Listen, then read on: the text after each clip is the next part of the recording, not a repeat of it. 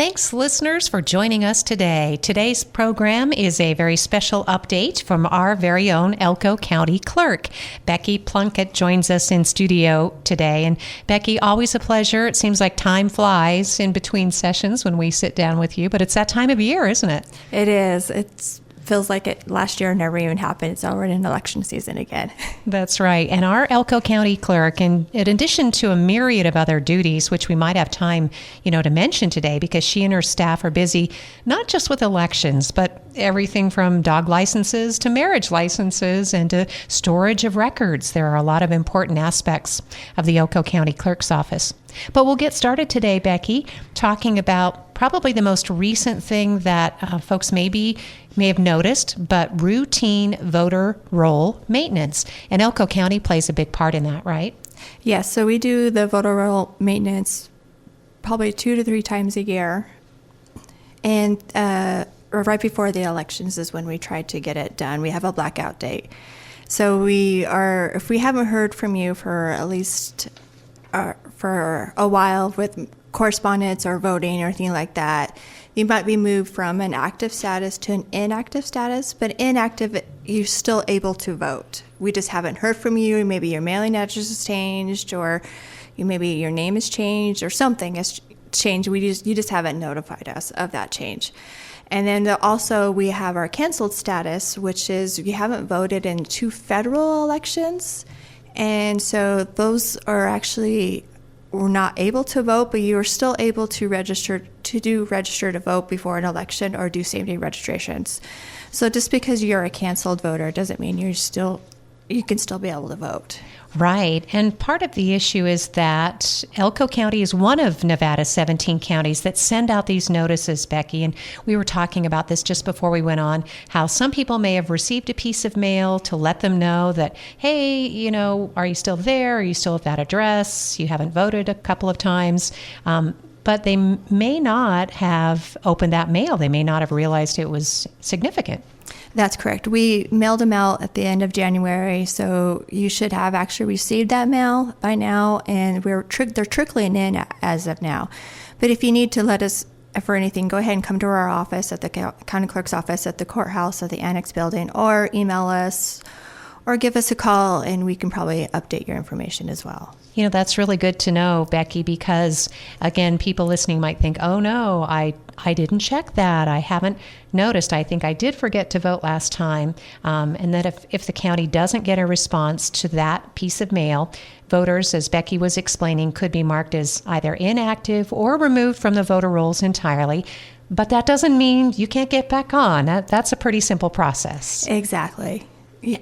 Oh, go ahead. To register to vote, you can go register to VOTE.NV.gov is where you can register to vote to update anything from there.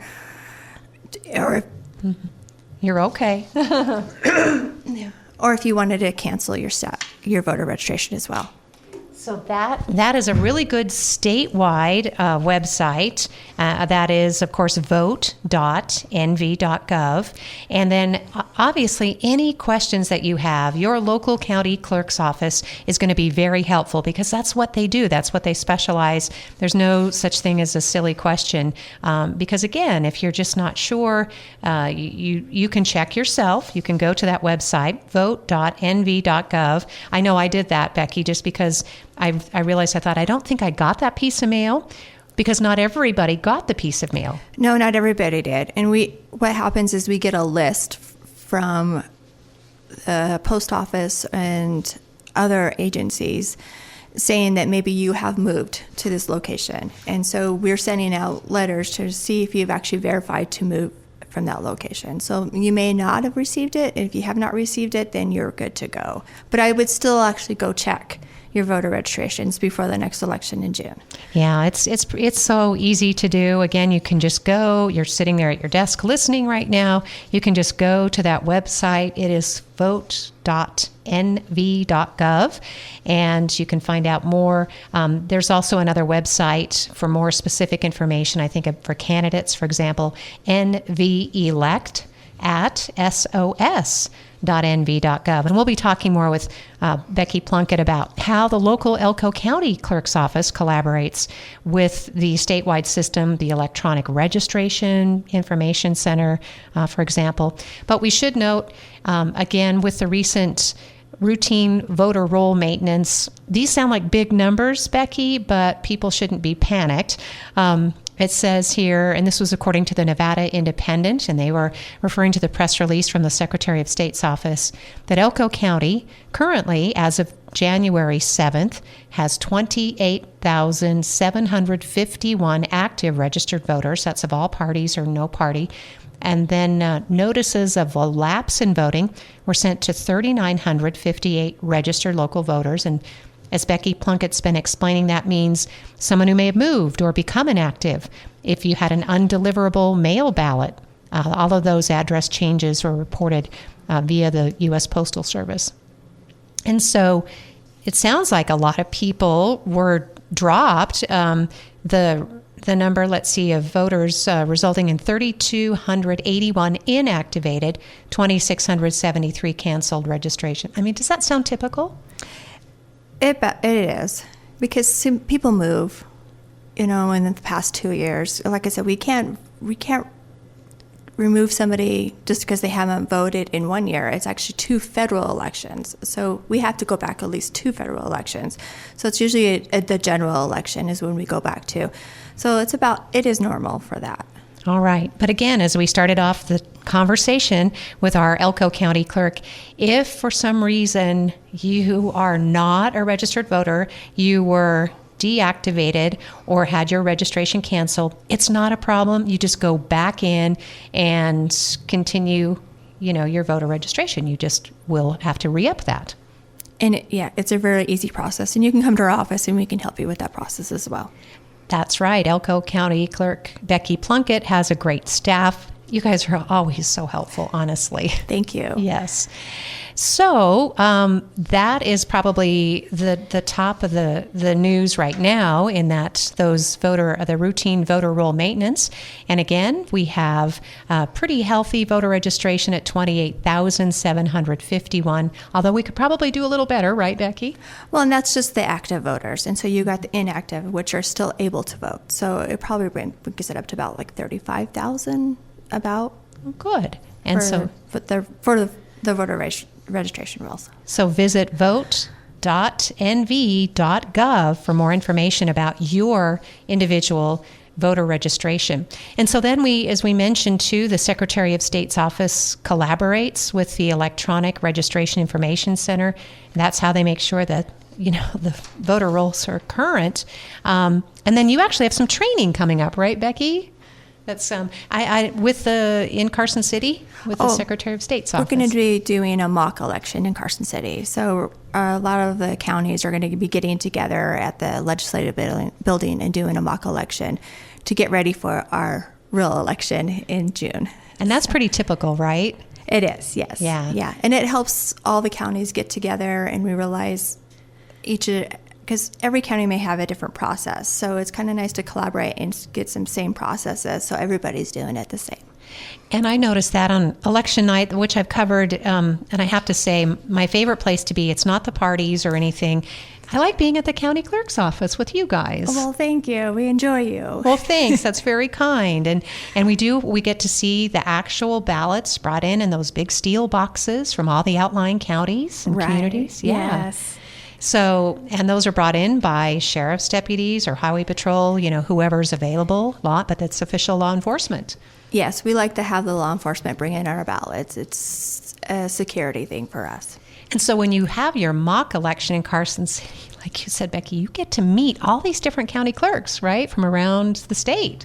Yes, and pretty much we meet at least twice a month with all the county clerks, and we have a really good relationship I have a good relationship with all the county clerks. So it's really nice to be able to actually see them in person this time. It is nice. And then I notice on election night, if there are any issues, or you guys can call each other. Yes, we do. And we're really close with the Secretary of State's office as well. And so that's basically our go-to for a lot of the stuff, and they have our back on everything. So that helps out a lot. We're talking with our Elko County Clerk, Becky Plunkett, and how important those relationships are. Nevada is not that big of a state. No, we are not, and we feel like in Elko County is like the top corner of Nevada. So sometimes we feel a little bit left out. Yeah, but we are pretty good. So, but when you think about the sheer miles, Becky, I mean, we're one of the largest counties in the contiguous United States. We are, and so it's pretty amazing that what we can do for elections with the amount of acreage that we have for Elko County. I've noticed too that those ballots will come in from Jackpot and West Wendover, Carlin, Spring Creek, the precincts there, but we still can get our vote counted before Clark County, for example, just sheer volume, right?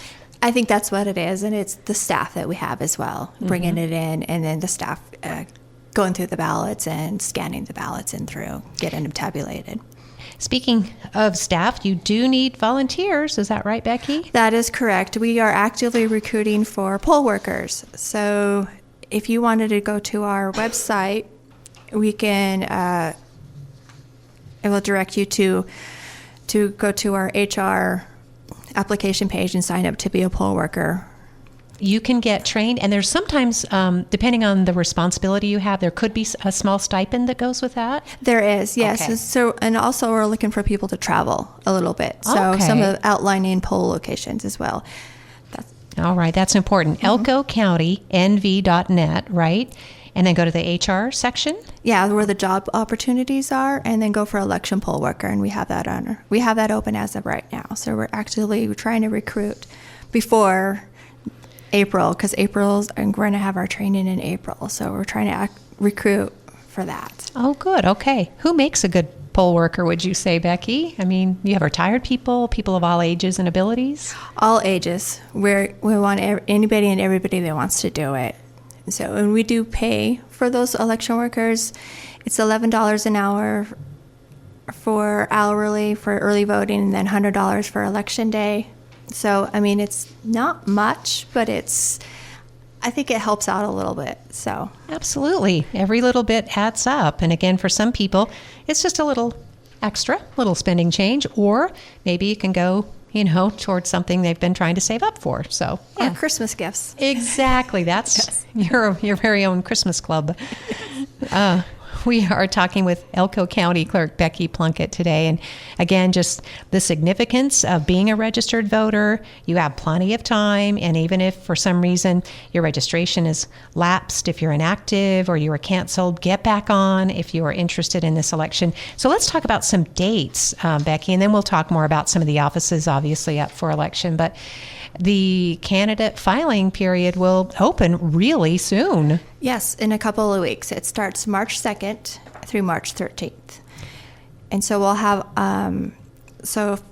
there'll be state offices, which will be, you have to file in Carson City or in Las Vegas.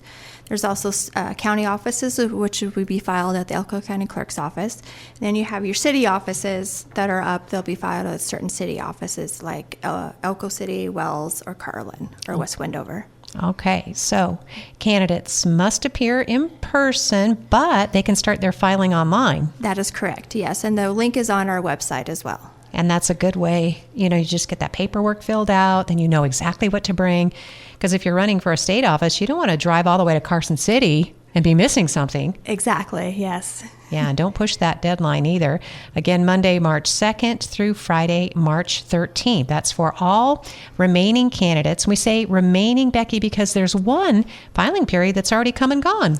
That is correct. So the judicial offices, so we had district court judges that were filed back in January, the first part of January, for a couple of weeks. And of course, that's already closed. Yep, they're done, and they're unopposed. And they are unopposed, so they're breathing a little easier, yes. Kind of excited about that prospect. So, and then that leads into the primary election. What do you want people to know about the primary, Becky? So primary election is June 9th, 2026. Make sure we'll be sending out our sample ballots probably around sometime in May along with your ballot. Make sure your polling location and your address and everything's correct on your sample ballot. Make sure you read your sample ballot so you know what to expect and what's going to be on the ballot. because the primary election is you're going to have your Republican ballot, your Democrat ballot, and your nonpartisan ballot. So you want to make sure you guys get the correct ballot. And then early voting will start May 23rd through Friday, June 5th, 2026, with Memorial Day having the day off for that. That's a good idea. Yes.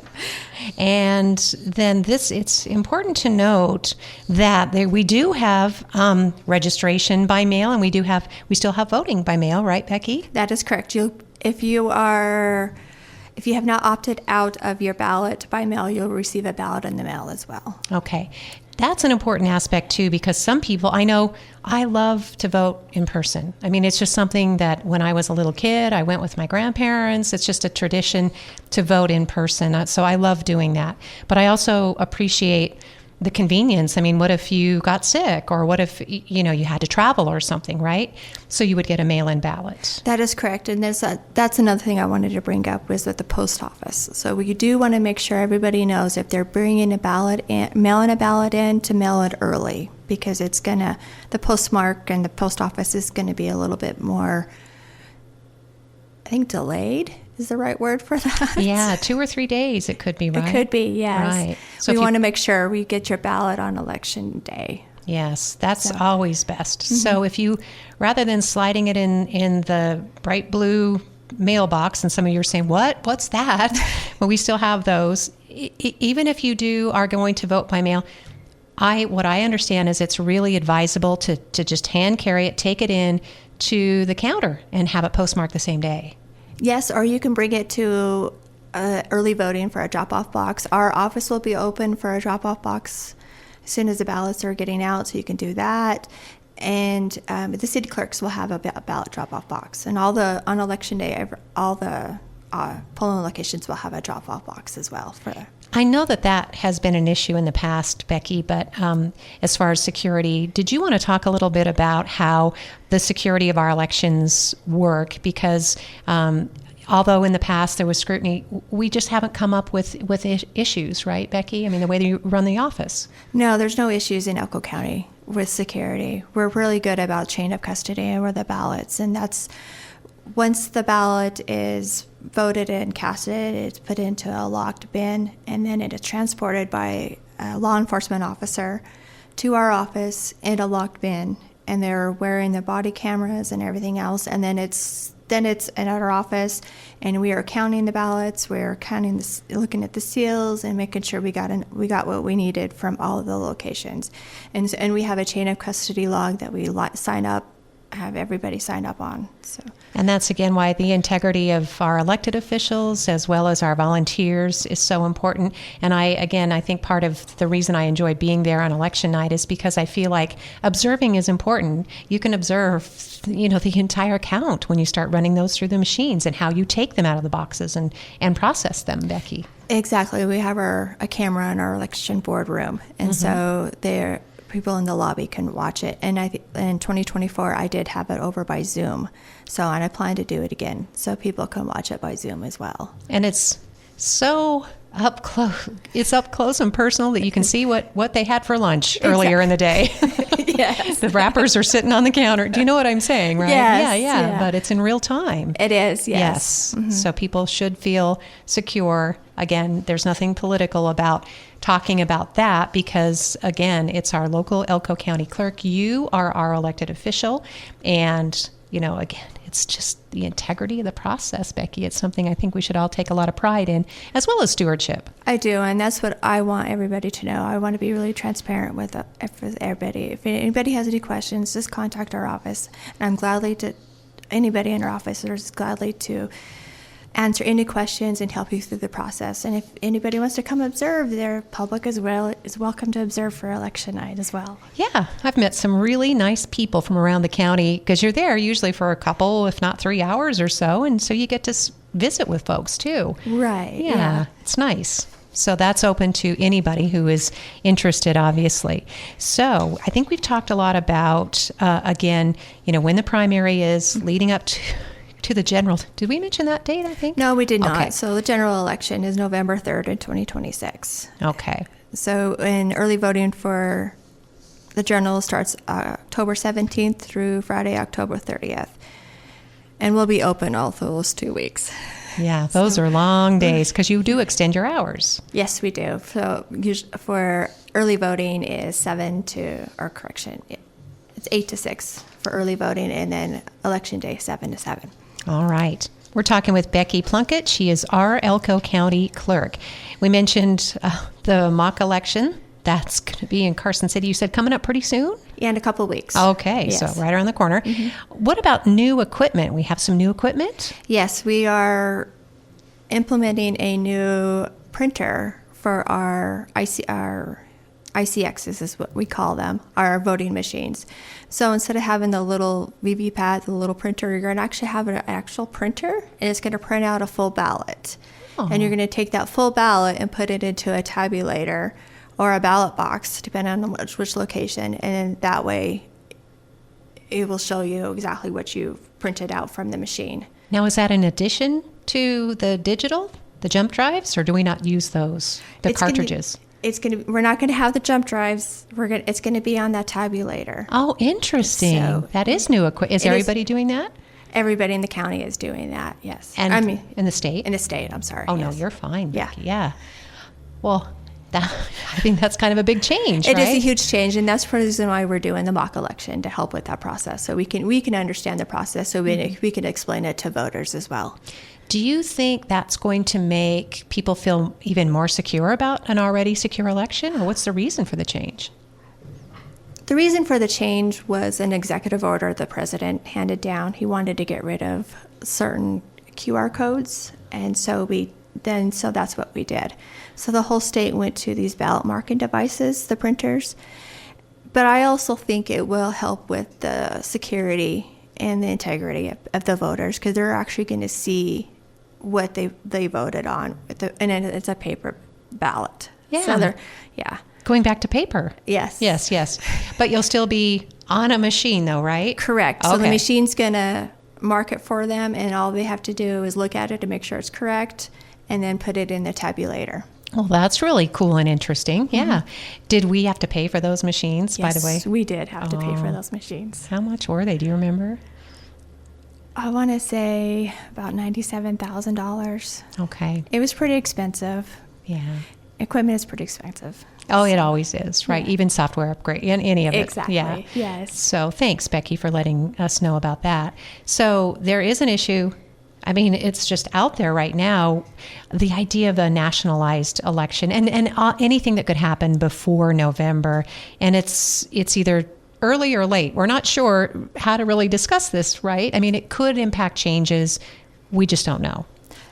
Yeah, it's really confusing because there's a couple bills that the legislation and Congress is doing, in Washington, D.C. doing right now. They're trying to push through. It has to do with citizenship and voter ID right now. And so trying to implement those processes is kind of difficult right now to think about it, but try to do it right before a general election, it seems daunting is what it does. Well, you have such a good attitude about it, and your spirit, if we have to do it, we have to do it. Exactly, and we'll just do the best that we can with it. So yeah, and that's what we normally do. We just try to get through it and figure out the best way to do it.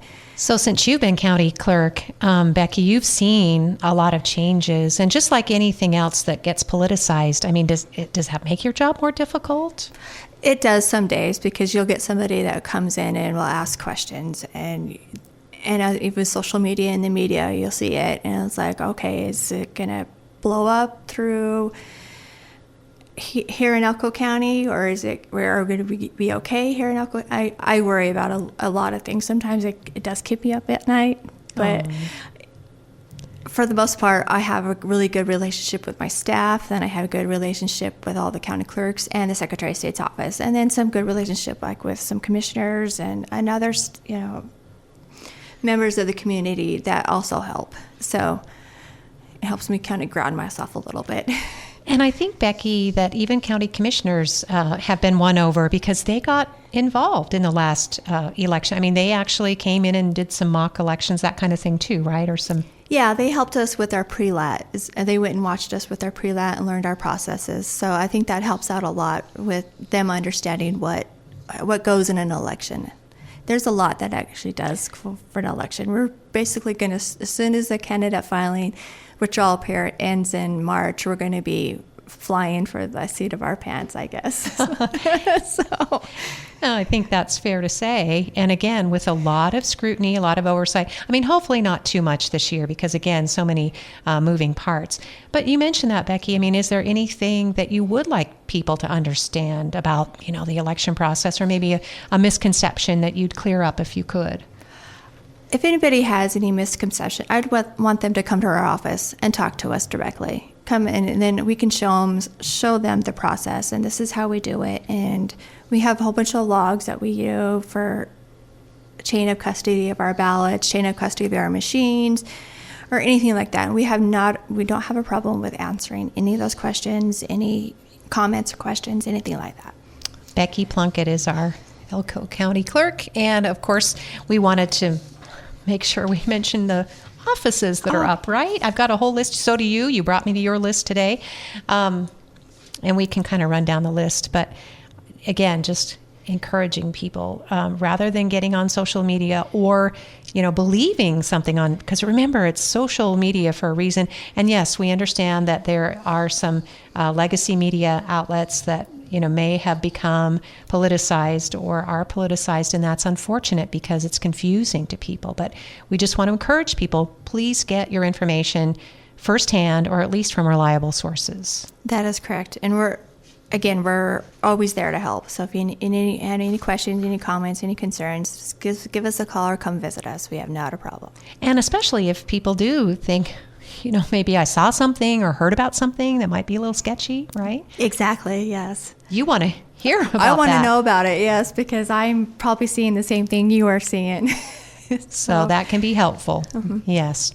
So Becky, tell us about, I guess we can start, there are several Nevada offices. Again, you have to file at the state, either in Carson City or Vegas, right? That's correct. They can do it in Vegas as well. Okay. So those range from, as we talked about, the governor, CD2, and then CD4, but we're only concerned about CD2. That's our congressional district, lieutenant governor, secretary of state, treasurer, controller, the attorney general. We're already starting to hear about these. There are some state senate seats. Our assemblyman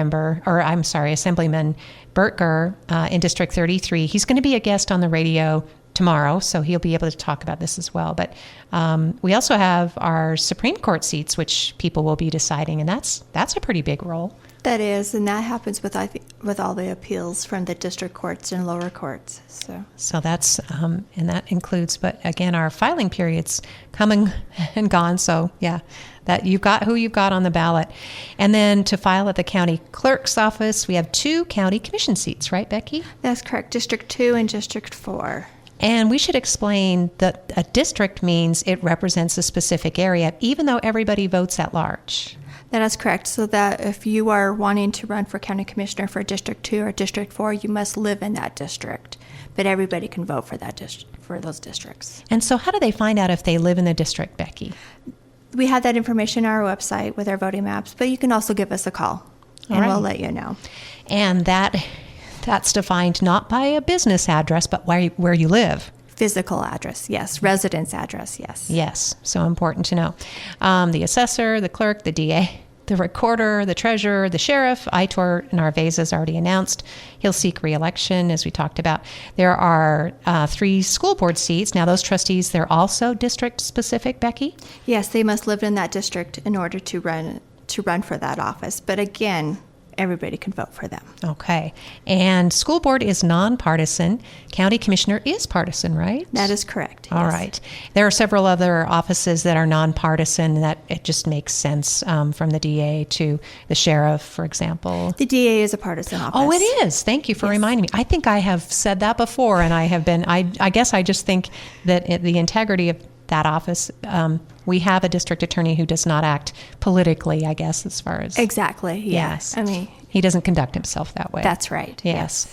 And so TV board, convention board, West Wendover looks like it's completely turned over, right? The recreation board. The recreation board. It seems like they seem to have so much a turnover. So a lot of vacancies on that one. yes. And then let's kind of conclude, unless there's other things that we didn't get to, Becky, you want to make sure people are aware of, but the various city races, right, throughout the county. That's correct. You have the Carlin Mayor, the Carlin City Council. You have a couple seats there, 3 seats.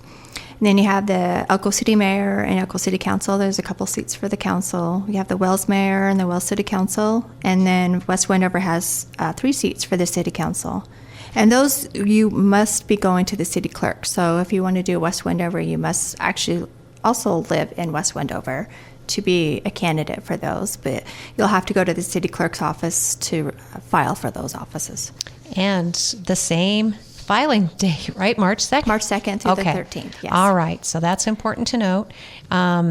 So, Becky, if anybody has questions about those city seats from Carlin, Elko, Wells, West Wendover, you can reach out to each city has a city clerk. That is correct. Yes. Here in Elko, it's Annette Robinson. I understand you two work really well together, she says. Yes, she's amazing. Yes. She is. Yeah, she really appreciates the work that you do as well, Becky. And she helps us during election. So her and her staff helps us with the election on election day and early voting. So nice. That's a great relationship to have between the city.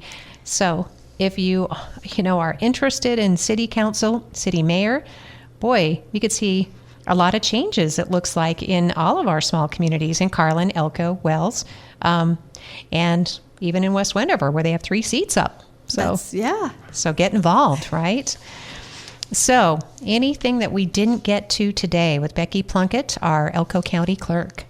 I can't think of anything else. I just want to make sure everybody wants to check their voter registration to make sure everybody's good to go for the primary election in June. That's right. You can go to VOTE.NV.gov